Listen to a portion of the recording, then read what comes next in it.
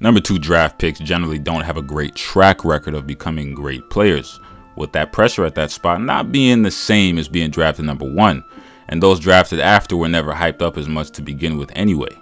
But everyone knows that the number 1, number 2 spots are usually competing for that number 1 spot. Now, while KD and D'Lo are a few that come to mind as all-star level players, look, man, there's been Jabari Parker, Michael Beasley, and everyone's favorite Darko Milicic. That number 2 spot is notorious for, basically just being wasted potential. And while I was afraid that this would be the case before the season with my man Marvin Bagley III, being a 6'11" power forward, he reminded me a lot of C. Bosh, Kevin Durant, sort of a hybrid of that with his potential. And we'll be looking at how good he can be if the Kings use/develop him properly. Now, before we get started, I got to give a huge shout out to the subs, man, for always supporting. Definitely, I appreciate it. You already know. Make sure you do yourself a favor and click that subscribe button and that bell, because I got more hot content coming. Trust me, you don't want to miss this. Let's get it.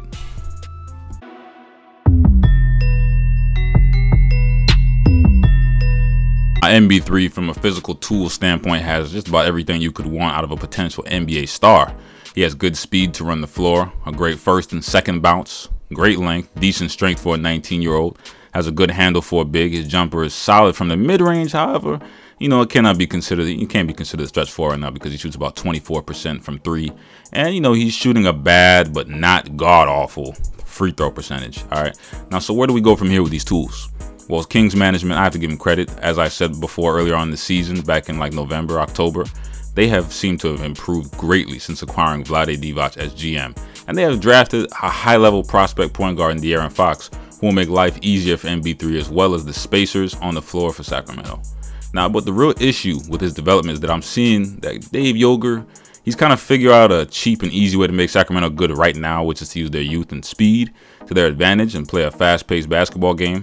Now, well, the issue with this for Bagley is that, while he can run the floor well and handle the ball, this drastically reduces the amount of times that he'll be able to post up and get ISO scoring opportunities in the mid-range and just practice passing out of the post.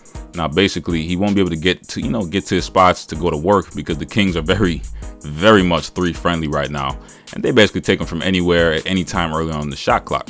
Now, however, the issue is you can't really have your big men scoring purely off of putbacks and alley-oops. This makes your offense predictable and doesn't allow your top 5 draft pick in MB3 to be able to blossom.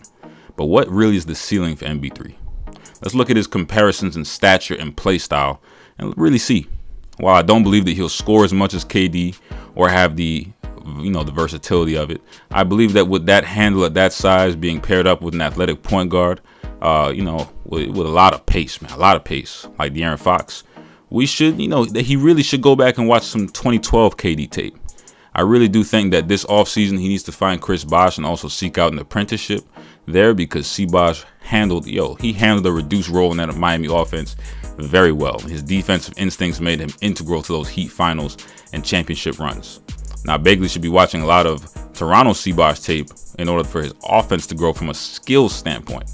But he should definitely watch 2012 through 2015 C. Bosh tape to get a good feel on how to play within the flow of a fast-paced offense.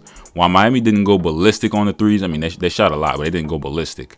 They had many spacers, and look, man, this along with MB3 working on his 3 and his free throw this summer, he could be an all-star championship component-like player, similar to C. Bosh, which is scary, because the Kings seem to have found a diamond in the rough in Fox at the number 5 spot. Really, if you look at it, he should have gone higher than that. But if they can get 2 all-star players who are super young playing at optimal levels, they could establish something similar to OKC in the coming years, the way OKC used to have with those young guys.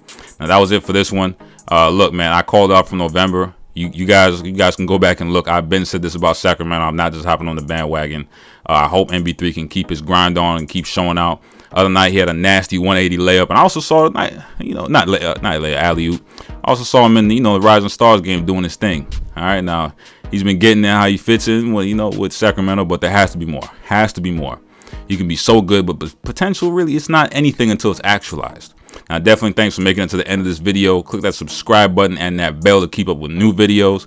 And you already know to not be mad at me, never be mad at me, but be mad at yourself for being an underachiever. Play the outro.